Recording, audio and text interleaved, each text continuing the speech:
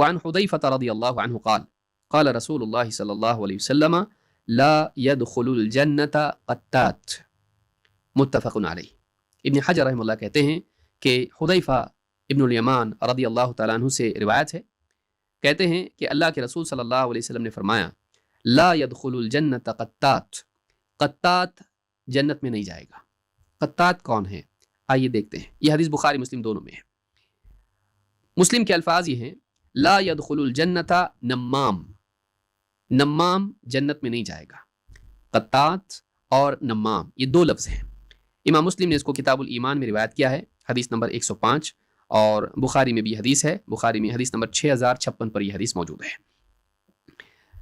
پہلا سوال یہاں پر یہ ہے کہ جنت میں نہیں جائے گا تو کیا مسلمان نہیں رہتا ہے جو آدمی یعنی ایسا گناہ کرے؟ اس سے پہلے کہ اس کو سمجھیں ہم یہ دیکھ لیتے ہیں کہ قطات اور نمام کیا ہے۔ نمیمہ کس کو کہتے ہیں؟ عربی زبان میں نمیمہ اسی کو کہتے ہیں جو ہمارے ہاں چغل خوری کہتے ہیں، جس کو چغلی کرنا، لیکن واقعی وہ بھی کیا ہے؟ امام النووی رحمۃ اللہ علیہ فرماتے ہیں قال العلماء النمیمۃ نقل کلام الناس بعضهم الى بعض على جهة الافصال بینہم۔ کہتے ہیں کہ علماء کہتے ہیں، دیکھیے امام النووی کہہ رہے ہیں علماء کہتے ہیں، ہم لوگ بہت آہار محسوس کرتے ہیں کہنے میں کہ علماء کہتے ہیں، ہم کو ڈائریکٹ حدیث بیان کریں گے، ڈائریکٹ قرآن بیان کریں گے، ٹھیک ہے، لیکن اس کے لیے یہ بھی دیکھنا ضروری ہے کہ اس کا مطلب ہم سے پہلے سلف نے کیا لیا ہے۔ عجوبہ مطلب کوئی آپ لے کر لوگوں میں بیان کریں کہ 1400 سال میں کسی کو بھی سمجھ میں نہیں آیا، اللہ کے الحمدللہ اللہ کے فضل و کرم سے اللہ تعالیٰ نے یہ مطلب مجھے سکھایا اور یہ فضیلت مجھ کو بخشی، معلوم نہیں کیا نہیں کہ میری تھی، لیکن اللہ تعالیٰ نے ایک حدیث ایسی سمجھا دی کہ کسی نے بھی مطلب نہیں لیا۔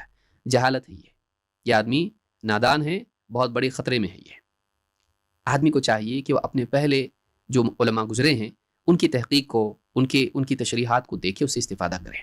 مسلمان علم والوں سے استفادہ کرنے والا ہوتا ہے، ان سے مستغنی نہیں ہوتا ہے۔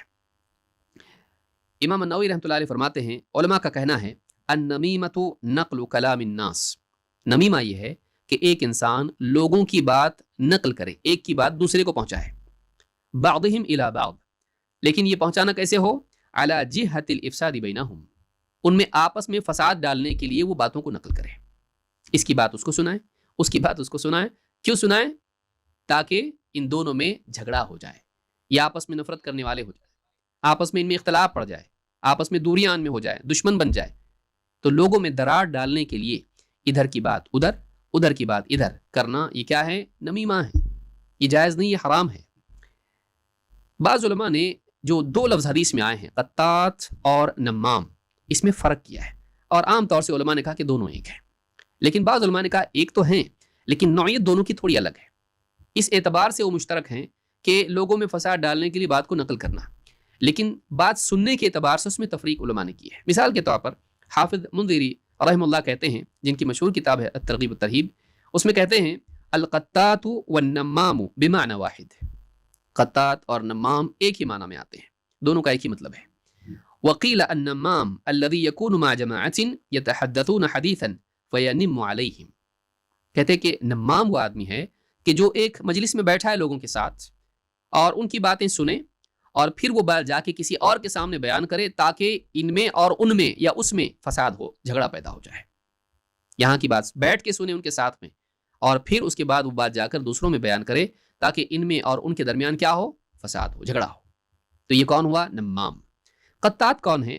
کہتے ہیں والقطات الذي يتسمع عليهم وهم لا يعلمون ثم ينم، کہتے ہیں قطات وہ ہیں کہ جو ان کی بات چپکے سے سنے اور انہیں معلوم بھی نہ ہو کہ یہ سن رہا ہے، اور پھر جا کے لوگوں میں وہ بات بیان کرے اور لوگوں کو ان کے خلاف بھڑکائے۔ تو اس طرح سے یعنی چپکے سے سن کر لوگوں تک پہنچانے والے کو قطات کہتے ہیں، اور مجلس میں موجود ہو کر اور سامنے سامنے سن کر اس کو دوسرے تک پہنچانے والے کو کیا کہتے ہیں؟ نمام۔ تو بعض اہل علم نے یہ بھی اس میں تفریق کی ہے۔ صحیح ترغیب میں جلد 3 صفحہ نمبر 73 پر آپ یہ بات دیکھ سکتے ہیں جو حافظ منذری نے خود اپنی کتاب میں کہی ہے، لیکن الترغیب والترہیب کو شیخ الالبانی نے اس کی احادیث کی تحقیق کر کے جلدوں میں تقسیم کیا ہے، 5 جلدوں میں حدیث کی کتاب موجود ہے، کچھ اس میں صحیح کی ہیں، کچھ ضعیف کی ہیں، 3 صحیح کی ہیں، 2 ضعیف کی ہیں۔ اللہ تعالیٰ نے قرآن کریم میں بھی اس بات کی برائی بیان کی ہے اور اس کو بطور عیب ذکر کیا ہے۔ اللہ تعالیٰ فرماتا ہے وَلَا تُطِعْ كُلَّ حَلَّافٍ مَّهِينٍ حَمَّازٍ مَّشَّاءٍ بِنَمِيمٍ، وَلَا تُطِعْ كُلَّ حَلَّافٍ مَّهِينٍ، اے نبی ایسے شخص کی آپ بات نہ مانیں جو بڑا قسمیں کھانے والا ہے، بات بات پہ قسم کھاتا ہے. حلاف مہین گھٹیا آدمی ہے, کیریکٹر کا بالکل گھٹیا انسان ہے, گرا پڑا آدمی, ایک دم گھٹیا انسان ہے.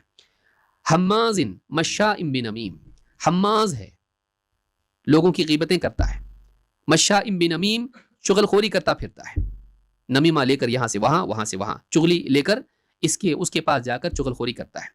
سورہ قلم القلم آیت نمبر 10-11, اس کی تفصیل میں آپ تفصیلات دیکھ سکتے کون تھا. قتادہ رحمہ اللہ کہتے ہیں حماز یعنی یأکل لحوم المسلمین, حماز کون ہے؟ مسلمانوں کا گوشت کھاتا ہے.